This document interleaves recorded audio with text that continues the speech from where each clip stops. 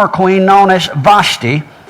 And if you remember, Esther has to hide her identity until there is the sentence of national destruction on the people. And it's only at the threat of national destruction that her identity becomes known. Did y'all realize who Esther was? Esther's a shadow picture of the remnant, the bride today. And see, we've been in obscurity. Our identity's been hidden. We're only now becoming identified as the bride. And it's definitely going to increase. Our identity is going to become known more and more as the threat of destruction looms over our head. Okay? Now, the book of Esther, the word book in Hebrew is translated as Megillah. And the word Megillah is what I want you to focus on. It's actually the same root word as the word for reveal, galah, and the word Gilgal, which means to roll away. Of course, it's the root of the word Golgotha. I'm sure you remember that. It is also the same as the root for the word redeem, gula. However, if you start looking at the root of the word Megillah of Esther, the scroll of Esther, it implies something about the redemption plan of Yahweh. The word Megillah, the root of it means from, out of, the source of origin of someone's redemption. And of course, we know that ultimately it was Esther and the children of Israel. But what I want you to notice is the root of the word Esther. You can't see it here. We'll look at it in a few minutes. But the three-letter root of the word Esther is a Samic Tav Resh, and it is Satar. It's where we get the English word star from, and her name, Persian rendering of her name, means just that, star. But it can also mean hidden. So therefore, the Megillah of Esther, the scroll of Esther, could be interpreted as this. The hidden plans for redemption are revealed. What's been hidden is revealed in this book. And yet we're told you can't see Yahweh. You can't see Messiah in it. But what I'd like to do for a few moments is to break the word Esther into little bitty pieces so that you can put this thing together and put it in a proper context. It's Strong's number 635 is the word Esther, and of course it can mean star, also hidden. But I wanted you to look on either side of it, and you'll see some relative cognates, some closely related words. Number 631 through number 633 are spelled the same, with Aleph, the Samic, Tav, and Resh. If you look at the meanings of those words here, this one means hidden, but these words can mean to bind yourself, to obligate yourself, to imprison yourself as one who would take and put himself in a bond of abstention or agreement. It means to enter into a covenant to either do something or abstain from doing it. That's seen in this word Esther, okay? So now you have to ask yourself, in looking at this word Esther, what is it that Yahweh's obligating himself in a bond of abstention to hide? Yahweh's saying he's going to abstain from something. In abstaining from it, he's going to hide it. Did you hear what I just said? What is it that Yahweh's hiding in this book? And if he is indeed hiding something, then who's he hiding it from? Wouldn't you like to know? And can I promise you that the one that it's been hidden from and what has been hidden is being revealed as we speak. It has been hidden, lo, these many years. And what has been hidden and the one that it's been hidden from, now that you're beginning to see it, it's going to help you in the days that are in front of you. Okay? We're going to find out. Remember, the setting of this account is connected with what was supposed to have been, according to the king of Persia, Xerxes. He thought that it was at the end of the 70 years of Israel's captivity. So I want you to kind of keep that in the back of your mind, if you will. Now, let's continue to look at the word Esther. Are y'all getting any of this? Yes. It's comprised of, as I said earlier, a three-letter root. That root is Samic Tav Resh, Satar, or if you condensed it, star, which, as I've said on a couple of occasions, can mean hidden, but listen to this. This word Esther can also mean to pull something down and to disarrange it and to upset it. Do you realize that if I take something that you're familiar with and I rearrange it, it's hidden from you? For instance, if you walk into a room that you're accustomed to being furnished a certain way, and I upset it or disarrange it or rearrange it, what have I done? I've hidden something from you. I've changed things. With what is happening here in this book of Esther, there's something that's going to be rearranged, disarranged, and something that's going to be upset. And in the process of that, it's going to be hidden. It's hidden in this book right here. And it's been hidden from theologians, rabbis, scholars, pastors, teachers, believers, and it's only now finally being revealed. And when Yahweh reveals something, it is for a specific purpose. Would you like to know what it is? I'm sure you would. If we understand in this particular book that the face of Yahweh is not seen, it should call to remembrance Deuteronomy 31, verse 18. I hope you remember this, because Yahweh says there's going to come a day in the future when the children of Israel will wholly give themselves to idolatry, sexual perversions with pagan gods. Deuteronomy 31, 18. And he says, when that happens, I will surely hide my face. Did you hear that?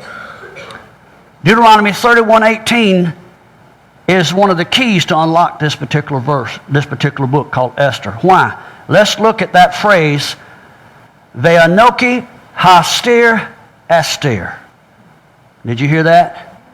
I will surely hide my face. Ve is and. Anoki, I will, hastir Esther. Surely hide, hastir Esther. And if you will look in the Hebrew, you will see this word here and this word here, both are the root of the word Esther. And when Yahweh says, I'm going to hide my face, even though you can't make the connection because all you've ever looked at it was on the surface, what he's talking about is that his hidden face is going to be specifically hidden during the time of this one known as Esther. You want to know when he's going to hide his face? He hid it here in the days of Esther. Now I want to look at the word Esther, and I want you to notice the grammatical function here, if you will, of the aleph, which is in front of that word Samek Tav Resh. You'll notice that the aleph is in front of it, if you can see it right here. See the aleph? Well, the aleph forms, when you put it appended to the front of a word, remember the word satar can mean hidden. It can mean something that's being rearranged. Y'all follow me? Well, if you put the aleph in front of it, that gives you first person future tense. In other words, he hasn't done it, but he's going to. So it means I will. Okay? What he's saying here is that I will hide myself, or I will hide something. Well, if you notice this word, astir, that's a word pun. It's a play on words. Y'all follow me? Y'all getting this? It's a word pun. The only difference is in the way it's pronounced in the Hebrew language. So basically, remember this word Esther here, right here, Aleph, Samek, Tav, Resh, can also mean to rearrange or disarrange something, and it's in that disarranging or messing it up or rearranging it that I can hide it, right? And so what he's saying in effect here is I will hide Esther, I will hide myself in the Esther or the disarrangement. I'm going to hide myself when I rearrange something. I'm going to hide myself when I disarrange it. I'm going to hide myself when I take what's been structured in front of you and now I'm going to go blah, blah, blah, blah, and it's hidden from you. Did y'all get that? Y'all should have understood that. Well, you have to ask yourself, what is it that he's intentionally being ambiguous about? What is it that he's saying? It's almost as if he's playing with this, like a riddle me this here. It's like he's putting a riddle in front of you and he's telling you, now I'm going to rearrange something. I'm going to hide myself. I'm there, but I've messed this thing up, but I'm hidden in it. And it's because I've rearranged it that it's become hidden. Y'all see that? Sounds like you do. The number 17, remember we talked about it earlier. It's real significant. 17 is written with a Yod Zion. Yod is 10, Zion is 7. 17. It symbolizes the hand, power, and authority, while the Zion is a weapon, but it's also referred to as the crowned Vav, indicating or depicting Messiah. In this particular instance, the number 17, because of its equivalent in the letters, it could be rendered as the hand or the power against the Messiah, speaking specifically of one known as Haman. Haman became the hand or the power that was against Messiah. But yet we can't see Messiah, we're told. Am I correct? Well, we haven't been able to see him until now. We haven't been able to see Yahweh in this book of Esther until now. Oh, you see a little glimpse here and there, little shadows passing by, but we've really, like Paul said, we've seen through a glass darkly. But now we're going to start looking at it a little clearer. Would y'all like to do that? Are y'all understanding what I'm saying? I want to make it as plain as I can. Now, remember, the gematria of these letters, the numerical values of these letters are very important. Every Hebrew letter has a corresponding numerical value. And if you add the numbers to the letters together, then it gives you a message just like the Hebrew letters do. Okay? Well, the numerical value of Esther, the Aleph is 1, the Samech is 60, the Tav, 400, Resh, 200. If you add them together, you come up with the number 661. 661, and I know you think, well, I'm just pulling that out of a hat. No, sir. You'll see it in a minute. 661 is the same as a specific phrase, and that phrase is Lo Yishma. It would be Yishma. You know what Shema is? To hear and obey. Lo Yishma al Peak. And that phrase is translated as, it shall not be heard on your mouth. And this is in connection with this book of Esther.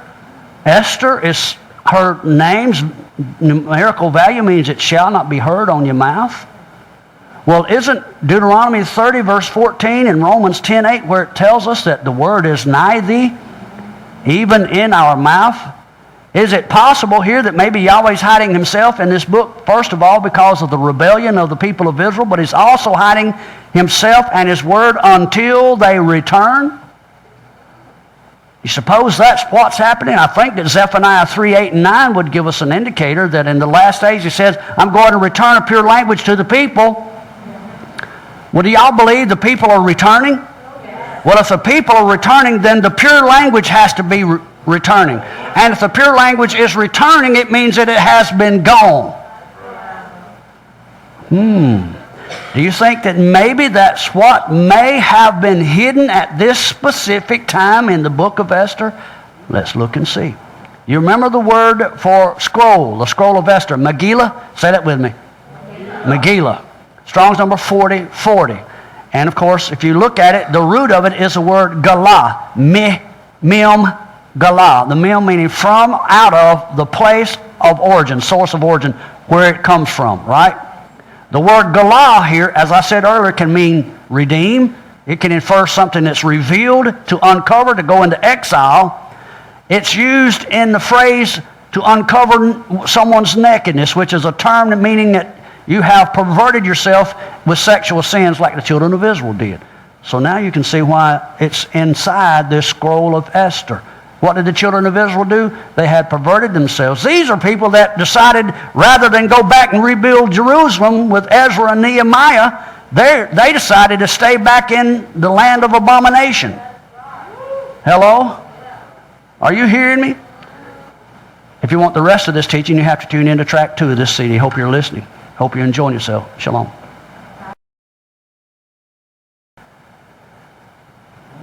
Thank you for tuning back in with us at Manna from Heaven Ministries. We're looking at the hidden message of Purim, the secrets that Yahweh's revealed in this book of Esther, and in particular, this festival of Purim that you and I have seen rehearsed. We've been a part of the rehearsal for a number of years now, and so have our rabbinical friends, so have our Jewish brothers, a lot of the Messianic community, but I dare say there's very few. As a matter of fact, I have heard no other person suggest what I'm suggesting tonight in this particular study. No other person. And I believe it's simply because Yahweh's revealing it to you, for you, to be used by you for this last day. We were looking at the word Megillah. and of course, which means scroll, the scroll of Esther. And if you look at the root